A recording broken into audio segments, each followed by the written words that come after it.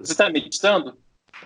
Eu tô sim. Gostaria de estar mais, porque faria bem para mim, eu me sentiria melhor assim, mas a gente fica acompanhando o fluxo de notícias, né? É Involuntariamente. complicado. Eu também estou na mesma. Eu criei o Twitter agora, mas já estou pensando em desativar, porque é muito fluxo de notícia. É É muito muito. fluxo. Você Eu quer ficar tento, acompanhando e tal. tento levar isso como interesse mesmo, né, da nossa área, da nossa formação, de ver como, num momento como esse, pelo menos os meios de comunicação, eles estão mais É. disseminados, as pessoas têm trocado muito. Uhum. Por isso até essa Você, ideia até de pensar em alguma coisa de gravar, de filmar, porque é isso, existe muita desinformação, existe muita má intenção nas uhum. redes. Existem muitas campanhas que são feitas ou por pessoas com grana, ou por pessoas da política, ou por pessoas, né, etc., que estão aí muito espalhadas. Se a gente conseguir espalhar informação, se a gente conseguir espalhar diálogo, reflexão, eu acho que já é alguma coisa boa que a gente está fazendo para o mundo. Eu gostaria de estar mais.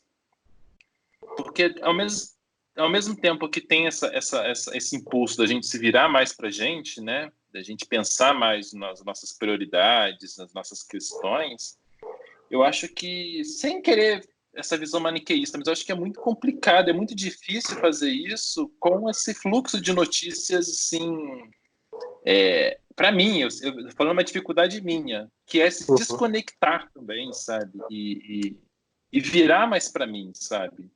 Eu estou tendo muita dificuldade nisso, nesse aspecto dessa quarentena de fato virar silenciar, sabe?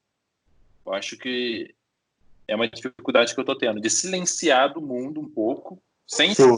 virar um nada, né? Mas prestar mais atenção também, sabe?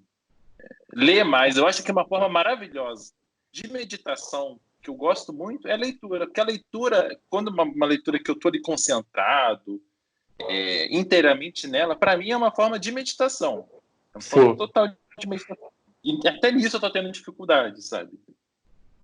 Eu acho que esse excesso de virtualidade abala muito a nossa concentração, né? Uhum. A nossa capacidade de focar, de fazer uma coisa por vez e bem feita, porque a gente cognitivamente vai ficando um pouco com a lógica do digital, né? Que é abrir É, um milhão de abas, exato, não exato. finalizar as coisas, e aí a linha do pensamento nossa, cognitivamente, a gente começa a ficar um pouco abalado nesse. Nosso hardware ainda é um pouco ultrapassado, Exatamente, aí né? começa a Então a gente dar. fica um pouco. Eu me sinto psicologicamente abalado, assim, quando eu percebo que eu fiquei um dia todo muito focado nessas notícias ou Uhum. trabalhando. Uma coisa que me dói muito é ter que ficar o dia inteiro sentado na cara de um monitor, sabe? De cara para É. um monitor. Uhum. Eu saio mal ali depois. A minha vista tá cansada, mas a minha mente tá cansada também. A gente, fisicamente, a gente está exausto, né? Você fica É, cansado. Eu fico bastante. não faz bem para o seu corpo, né? A Uhum. posição não é adequada, para o seu olho não é adequado, e eu acho que psicologicamente também não é muito bom, até porque eu acho que o tom que as coisas são postas na internet é um tom assim muito intenso, muito É, de guerra, muito de escândalo, de manchete, né? sim, sim. Muito poluído de alguma maneira, muito intoxicado, né? Então vai deixando a gente um pouco atrapalhado ou exasperado, né? É, tem esse lado. Tem esse lado. Então é uma dificuldade, assim. Dificuldade de anos já, inclusive. Por isso que às vezes eu sou radical, excluo, não excluo. Enfim, eu tenho que arranjar um meio termo aí. Eu acho que as redes sociais nem atrapalham tanto assim, não. É mais a vida digital mesmo. Eu lembro que no começo da pandemia eu acessava, sei lá, 5 a 10 vezes por dia os portais de notícia para ver o que estava acontecendo, se tinha coisa nova, etc. Tem isso, E a bolsa caindo, e o etc e tal, e as fronteiras fechando, e não sei o que lá. E aí você percebe que você está sendo abalado emocionalmente por uma virtualidade, porque aquela coisa ela está acontecendo no seu mundo, ela está acontecendo na sua realidade, mas não necessariamente na sua realidade concreta. A experiência se você sair contraproducente, de forma contraproducente, mas sair na rua alguma vez e ver tudo vazio, um silêncio, nossa, tá um caos, mas tá esse silêncio aqui, né? É esse choque entre a realidade concreta e a virtualidade. Isso vai invadindo a gente, né? Vai invadindo a gente. Vai invadindo a gente. Pelo menos a gente está vivendo essa pandemia no começo do outono. E o começo do outono tem tardes lindas, tem um céu lindo. Eu acho maravilhoso. Isso é bom e ruim, né? Não, quando eu estou muito estressado, quando eu percebo que eu já estou exausto, mais ou menos umas 4 horas, 5 horas da tarde, eu saio e eu olho. Você tem privilégios. Você olha para essa vista aí. Eu olho para o E céu. é maravilhoso. É maravilhoso. Eu tento sair com a cachorra no pôr do sol, só para ouvir assim, né, o barulho do mundo, o silêncio do mundo, respirar um ar, olhar para o céu, ver as estrelinhas aparecendo ali, a lua aparecendo. Aí isso também é terapêutico, é muito bom para a saúde mental. Sim, totalmente. Totalmente. Eu tenho um quintal aqui, às vezes eu vou lá, fico no céu também. E tem que fazer essas coisas mesmo. Olha o nível que chegamos, Brasil. Que a gente sai para olhar o céu e passarinho, para não enlouquecer, para não perder a cabeça. E aí só pode falar com as pessoas no chat ou no WhatsApp. E eu fiquei pensando assim, na primeira semana da pandemia, deu a primeira sexta-feira, eu pensei assim, caraca, hoje é uma sexta-feira que não está tendo samba, provavelmente em nenhum canto da cidade. Isso, simbolicamente, culturalmente, é muito triste. Né? Rio de Janeiro é uma tristeza mesmo. Mas vamos passar por essa, talvez, quem sabe, não sei, nada, não façam suas apostas. Hoje estamos vivos. Isso é que importa. Hoje estamos aqui vivos. Eu aqui agora, né? É um ensinamento do Siddhartha. É isso. Aqui e agora, respire.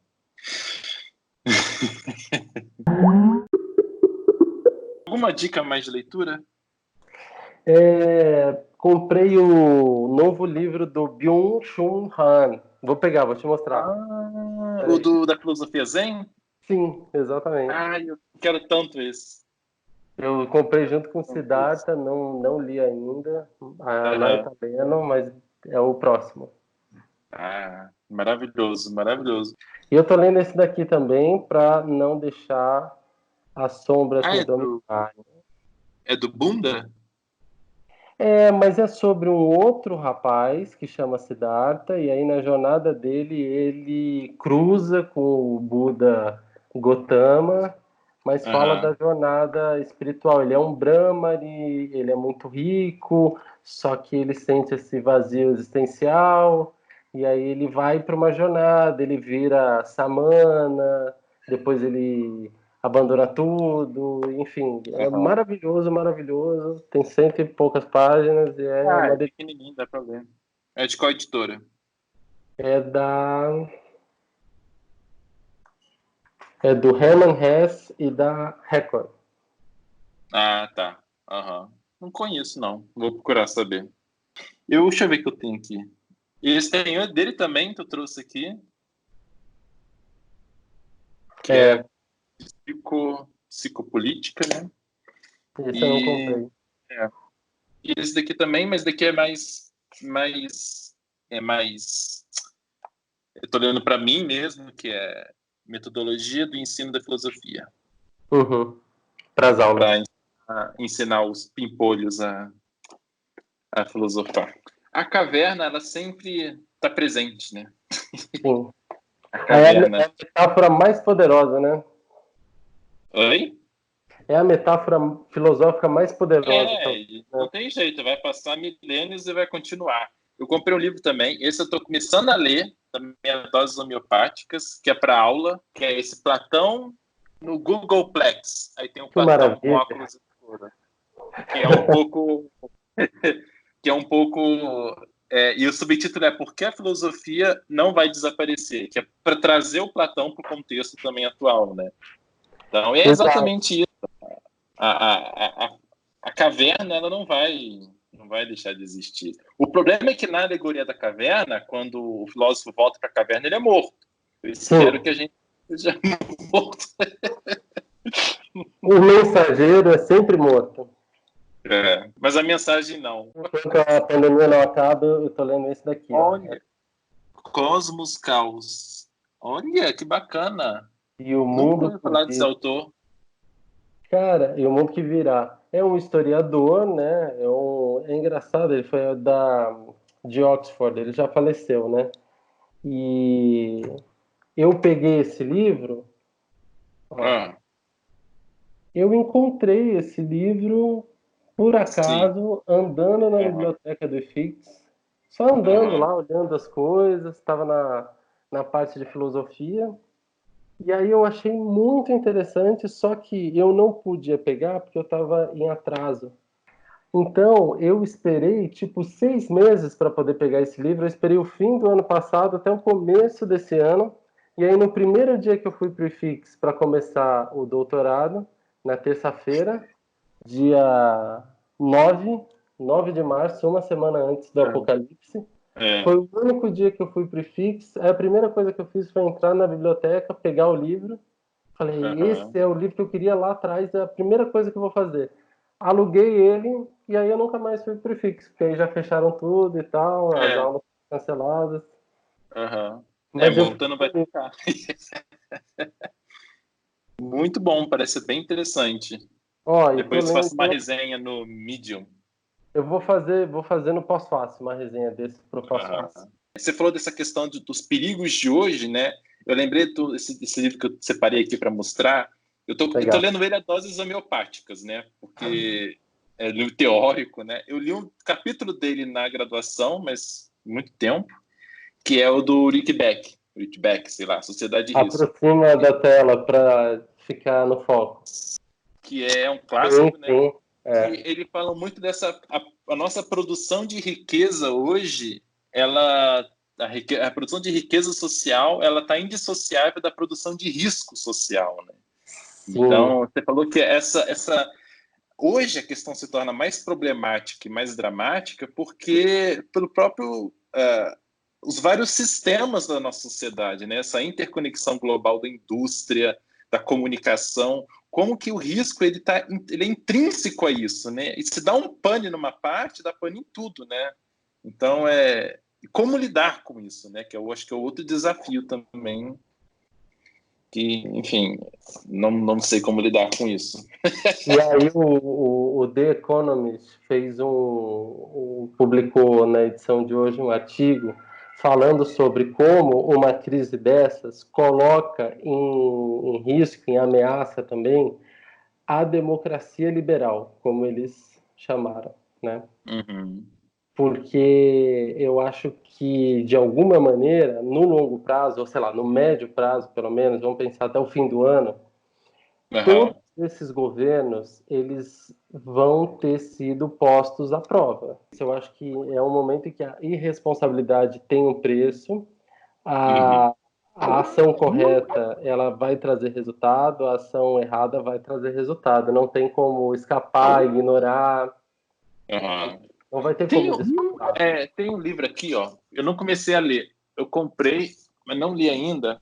Eu cara dos livros, né? Eu leio, mas eu compro, mas não leio. Mas eu sei É. que a referência tá ali, que é Se, do se, se disser que é leitor e não faz isso, não é leitor. Todo leitor faz isso. que é um teórico que vai sair vitorioso, provavelmente, do isso, né? Que é o nosso amigo, Sim. com certeza. Que é esse livro dele, Down to Earth. Eu não sei como traduzir isso, né? Que é aterrissar na Terra, né?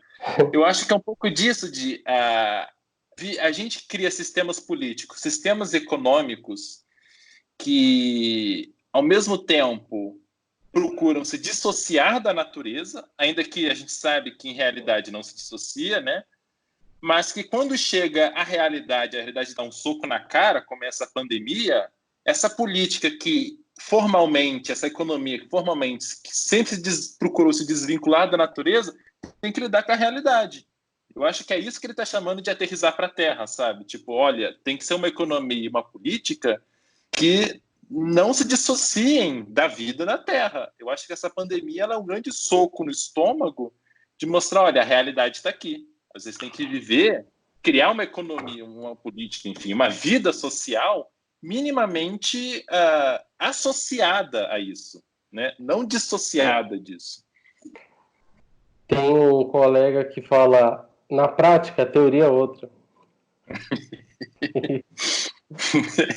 É a mesma coisa que hoje você vê esse receituário liberal da economia naufragando diante das demandas práticas, objetivas, diárias da vida de bilhões de Sim. pessoas. Tem um sociólogo que escreveu um artigo no Estadão, que é maravilhoso, não vou lembrar o nome agora, mas ele argumenta isso. Ele fala como que esse receituário neoliberal, a realidade está aqui, né? Então, se a coisa, lá, o receituário não deu certo, é porque a realidade está errada. Né? A Sim. realidade tem que se modificar para caber ali nas lacuninhas para que, sei lá, tenha os efeitos desejados. Então é isso. Porque até agora existia um discurso que ainda estava se mantendo, mesmo com o PIBinho do ano passado, lá que o resultado do PIB foi pífio, e a galera começou a perceber que não era bem assim, esse receituário não estava funcionando, mas mesmo Já assim, está há tempos, né? Reforma do mas trabalho. existe uma coisa que é do nível da crença mesmo, para muitas pessoas, e até do mercado financeiro, até economistas, que às vezes não levam em consideração aspectos práticos ali, até da macroeconomia, da vida de um país. E é por isso que o receituário liberal no Brasil ele é catastrófico e ele não consegue se aplicar na prática. Porque você tem demandas de desigualdade histórica, de necessidades regionais, várias demandas no Brasil que fazem com que um discursinho como o do Paulo Guedes não seja factível. Mas ele ainda É assim consegue interessante. adeptos durante muito tempo. Até que uma bomba, você viu que o Paulo Guedes disse essa semana, que isso foi um meteoro, caiu um meteoro no Brasil, né? Aí ele pensa na economia. Não, ele fala, caiu no Brasil, como se fosse É, só no no Brasil, né? Brasil. Não, é né? E é interessante, porque eu acho que a economia é uma disciplina tão mais fechada do que as outras ciências sociais, embora elas talvez queiram se aproximar mais de uma ciência natural do que uma ciência social, ou algumas vertentes da economia, né? Que deve ser muito interessante procurar saber, você me bateu esse estalo aqui, se há discussões, por exemplo, que nas ciências sociais já é até clichê, já é até senso comum, não senso comum, já é tão batido, né? Que é a questão de uma crítica decolonial, uma crítica pós-colonial da economia, né? Porque Uhum. nas outras ciências sociais já foi digerido e já passamos por isso, né? Já foi. Agora é tocar o barco para outras coisas. Né? Eu acho que na economia está anos de distância isso, né? Anos ainda de que. Porque eu acho que é isso, é a adequação de modelos numa realidade que não é levada em conta, né? E só gera distúrbio, só gera esse cenário catastrófico que a gente está vivendo.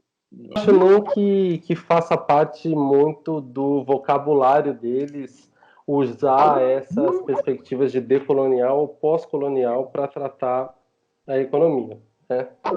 Eu acho que o que acontece, eu vejo, a minha opinião, que não é de economista, é que existem economistas liberais, que podem ser liberais tradicionais, né, do liberalismo tradicional, como Paulo Guedes, que segue o modelo dos anos 70, do modelo chileno. É isso.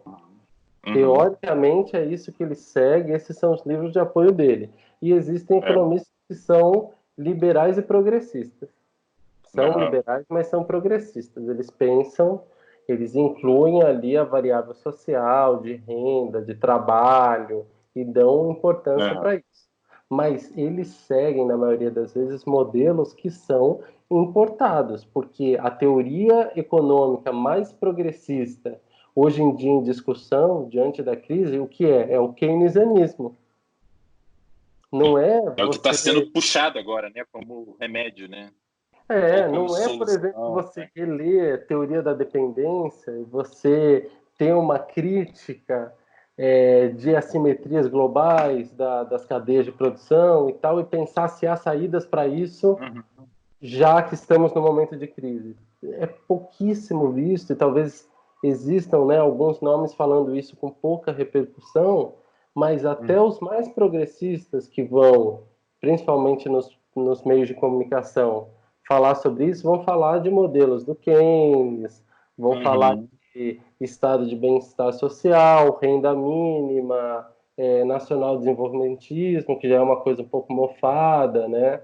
Mas vão falar nos termos que são muito alienígenas, né? Não vão pensar em termos de economia local, em economia nacional, não vão revisar esses dogmas econômicos de um capitalismo interconectado globalmente que talvez já não funcione mais, que talvez vá demorar para se outra reestruturar. questão. Essa crise da globalização, de fato, está acontecendo em todos os sentidos possíveis. Como vão ficar... Social, logístico, exatamente. E aí, como que as economias vão se manter isoladas assim por muito mais tempo, né? Exatamente. Porque eu fico pensando o seguinte, foi muito fácil e muito rápido, questão de menos de um mês,